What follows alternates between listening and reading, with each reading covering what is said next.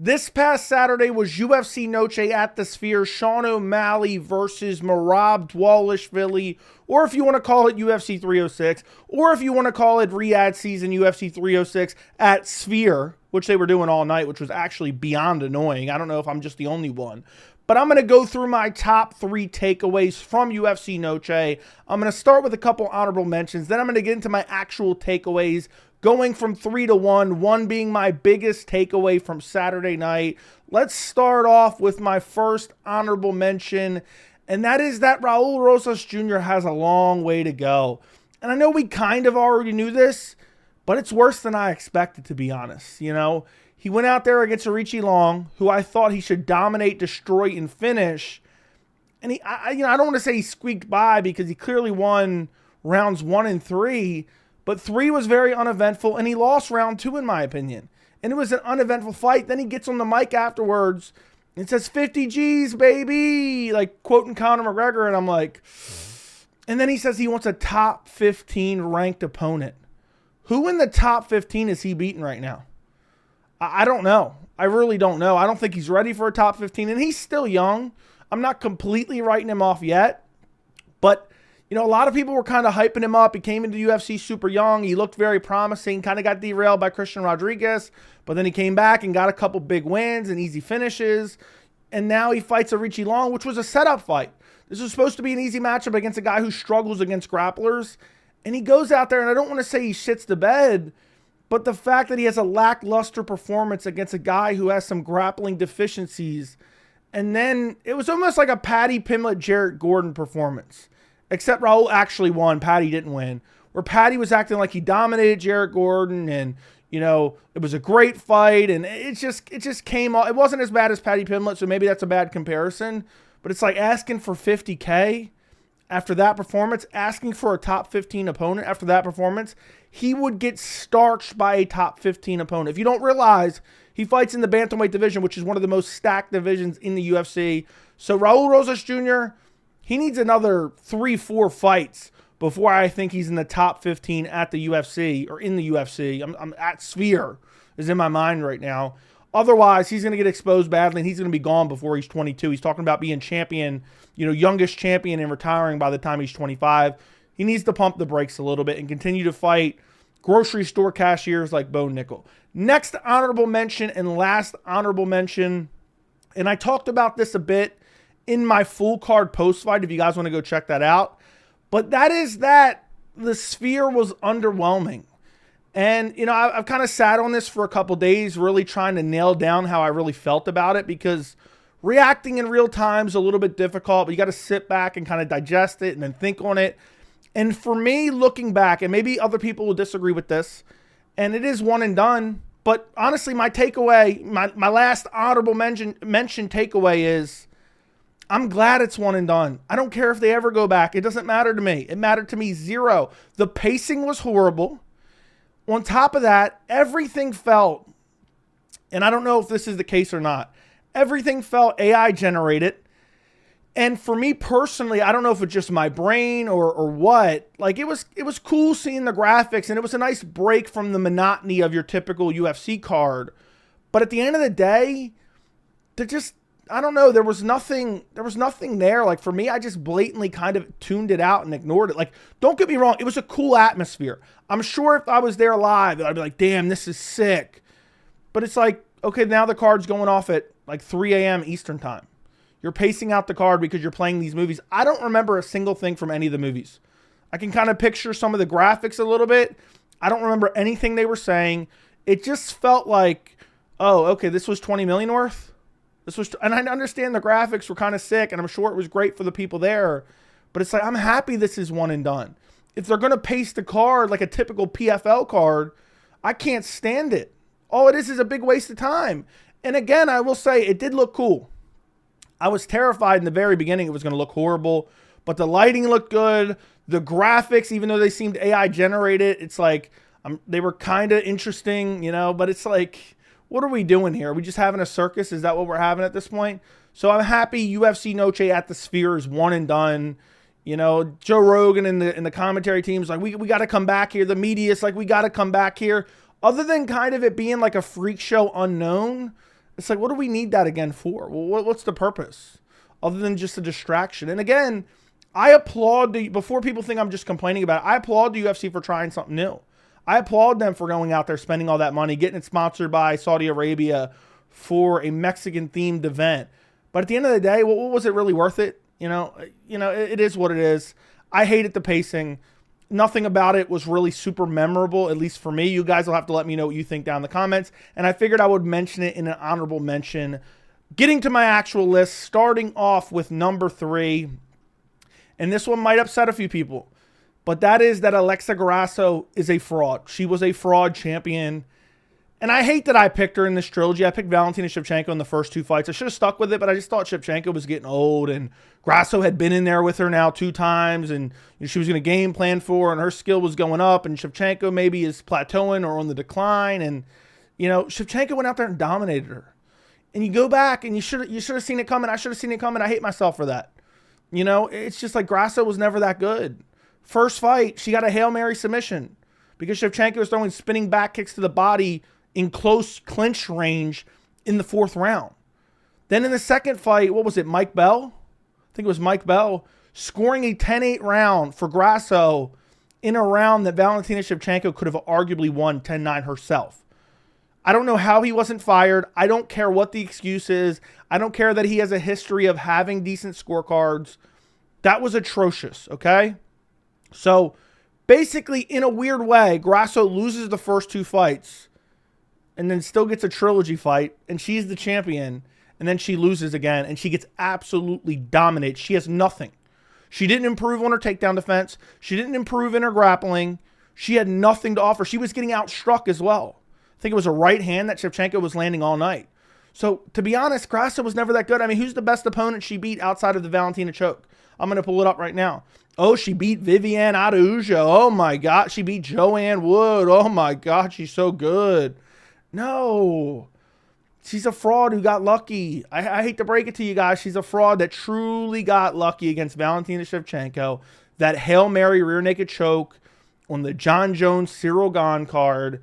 And then she parlayed that into fighting Valentina Shevchenko once every year for the last 3 years. Thank God that's over with.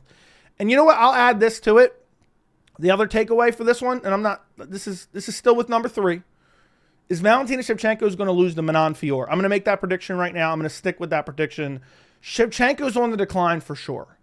And her striking isn't what it used to be. She's more flat-footed. She's definitely slower. And she's relying on her grappling against Grasso. I think Manon Fiorot is a better striker than Grasso, a more technical striker than Grasso. And she's so big and strong and good defensive grappling. I mean, just stuffed Erin Blanchfield's takedowns. Erin Blanchfield's one of the best grapplers in the division. So I don't think Shevchenko is going to hold on to that belt. She's getting up there in age. She's not drinking water during training. She has that crusty-ass lip. And I think Manon Fiorot is going to go out there and take the belt off Shevchenko. Shevchenko finally scratched and clawed her way to get her belt back from that fraud Alexa Grasso that for some reason people were hyping up. The UFC partly because she was a Mexican UFC champion, and then the fans partly because they're simping over her. But Shevchenko righted that wrong. That, whatever, Mike Bell or Chris Bell, I don't even know what name I was saying. I think it's Mike Bell. And, Shevchenko righted the wrong, but it doesn't matter because she's going to lose to Manon Fiorot. Mark that down. Remember that. I think Fiorot's going to beat her and take the flyweight title off first. Moving on to number 2, and this might piss some people off too, but Merab Dvalishvili is getting entirely too much hate. There is no reason that Merab should be getting the level of hate that he's getting. It's unbelievable that this sport has so many loud casual fans that complain every time a fighter that they don't like wins a title or wins a fight and then has to cry, oh, they're so boring. Oh, they're so boring. They grapple. This is MMA, you dumb bitch. This isn't WWE. This isn't kickboxing. This is MMA, which stands for mixed martial arts. Guess what that means? You take striking, you take jiu-jitsu, you take Muay Thai, you take grappling, you take wrestling, you take every possible mixed martial art, and you mix it into one, and then we find out who's the best. And by the way, Merab versus O'Malley was an exciting fight. I hate to break it to you guys. It was an exciting fight. Is it a fight that you're going to want to go back and rewatch a million times? Absolutely not. But in the moment, you have this very interesting style clash between O'Malley and Merab, where it's like, okay, is Merab going to be able to close the distance? Is O'Malley going to be able to snipe him? And you have this tension that is building there. And Merab went out there and was striking with him for long periods of time and avoiding the big shots of O'Malley, ragdolling him when he needed to. He was landing some good elbows, I think in round 2 and round 4. Round 4, he was brutalizing O'Malley. There was one crazy flurry up against the fence. And, people are blaming Merab for being boring. What about O'Malley? There was large portions of time where they were standing and O'Malley wasn't throwing anything. Why do you think that is? Why do you think that is? Merab's movement combined with Merab's threat of takedowns? Maybe that was it. So you know what? Instead of calling Merab boring, call Sean O'Malley boring. Because maybe he should have improved enough where he could go out there and implement a game plan against a guy he knew was going to grapple.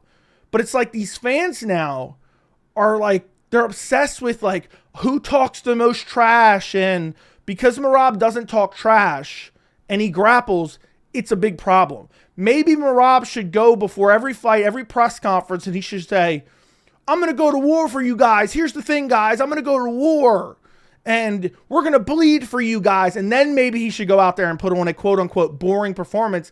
And then maybe those same fans will call it exciting and pretend it's exciting. Maybe that's what he should do, like Sean Strickland. Or maybe he should go out there and talk. What do you guys want him to do? Talk about someone's dead parents and then go out there and shit the bed. Then maybe you'll pretend like he's exciting. Merab pushes the pace every single time. He implements his game plan. And if you can't stop it, that's your fault.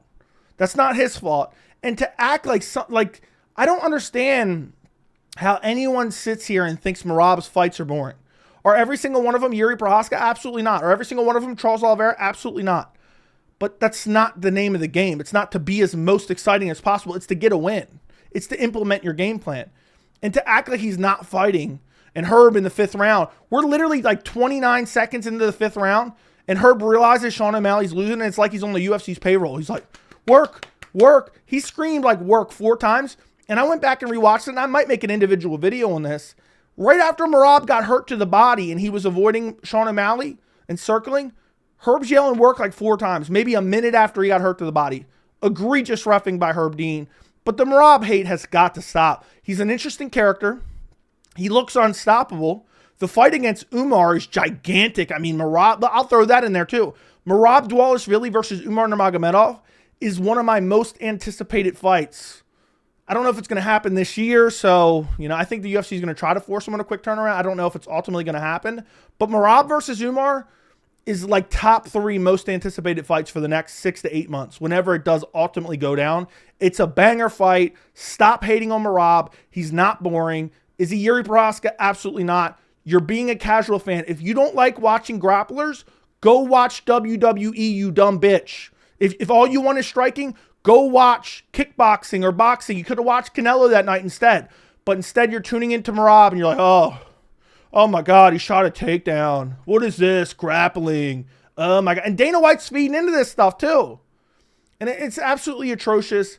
The Merab hate has got to stop. Moving on to my number 1 takeaway. And this kind of goes along with it, what I was just talking about. But the UFC and Dana White is absolutely pissed that Merab Dvalishvili won the title and beat Sean O'Malley, their golden boy, their anointed next star. And he went out there and dominated Sean O'Malley. 1-4-1, arguably 5-0, even though 2 of the judges had it 3-2, which just shows me they were trying to rob Merab. It's crazy that we were this close to getting one of the most brutal robberies of all time. But let me tell you this, Dana White is on board with the WWE fans I was just talking about before. Because he went out there, and I'm going to have to watch it again because I only watched it once at like 4 o'clock in the morning. I was half asleep. But at the post-fight presser, and somebody correct me if I'm wrong. First off, I could tell that he was definitely pissed. But from what I remember at the post-fight presser, Dana White did not sing one word of praise for Merab. Yeah, Merab went out there, man. He's unstoppable. His cardio is incredible. His grappling is incredible. O'Malley's a sharpshooter and a power puncher and a finisher, and man, he just couldn't get off. The only thing I saw Dana do was make excuses for Sean O'Malley. He never praised Merab, just like he did Bilal. The only thing he said about Bilal after that crazy performance was, it wasn't a barn burner. because all he cares about is power slap and pandering to casual fans. Because I understand you have to worry about profit, but when you walk around and characterize yourself as a sport, when you walk around and say, the UFC is where the best fight the best, and then when the grappler wins, it's so obvious that you're heated because all you care is about catering to casuals. It's an embarrassment. And what they did to Merab in the post-fight was an absolute travesty. And someone was in Joe Rogan's ear telling them to do that. They put Umar Nurmagomedov side by side. They asked Merab about Umar when Merab is enjoying his moment as UFC champion. And there was a plan A and a plan B. And what it was is the UFC was hoping, okay, we gave O'Malley a year to prepare for Aljo, and we set him up with optimal circumstances to beat Aljo, making Aljo have a quick turnaround. Then they said, you know what?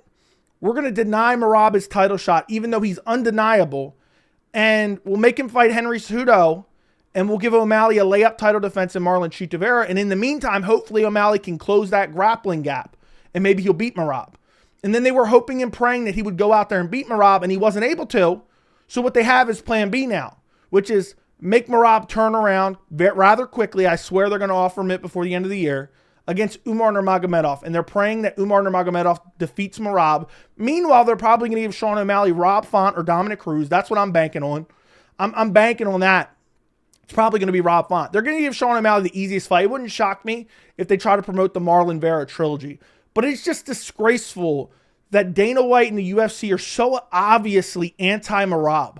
I mean, Bruce Buffer even was like, no, bantamweight champion of the world, Merab, like no passion. And I understand it was getting late, but not that late in Las Vegas. As Dana White would say, it's 10 p.m. in Las Vegas. Doesn't matter that it's 7 a.m. here. But it's a travesty when it's so obvious the head of an organization is rooting against certain fighters. And it's a travesty when it's like so obvious they're trying to put their finger on the scale to give certain fighters advantages in fights. And we've already seen multiple examples of where the UFC is talking to fighters and saying, don't grapple. Like, what is this sport anymore? Are they going to ruin any legitimacy of the sport? And I understand a lot of people are like, oh, well, I don't like grappling. I don't care. Again, go watch kickboxing. Go watch WWE where it's all scripted to be as exciting as possible. We're supposed to watch the best fighters against the best fighters, and we're getting far too many undeserved title shots. And I think this is only going to make it worse because I think Dana White's looking at this and like, damn it, should never gave him the fight. I should have doubled down. He turned down Aljo even though he never did. The fans were eating that up. They were eating it up. And now they're shitting all over Merab for no reason, even though he went out there. A lot of people counted him out. He went out there and dominated Sean O'Malley to win the bantamweight title. And unfortunately, he's not getting the respect that he deserves. And I'll end with this.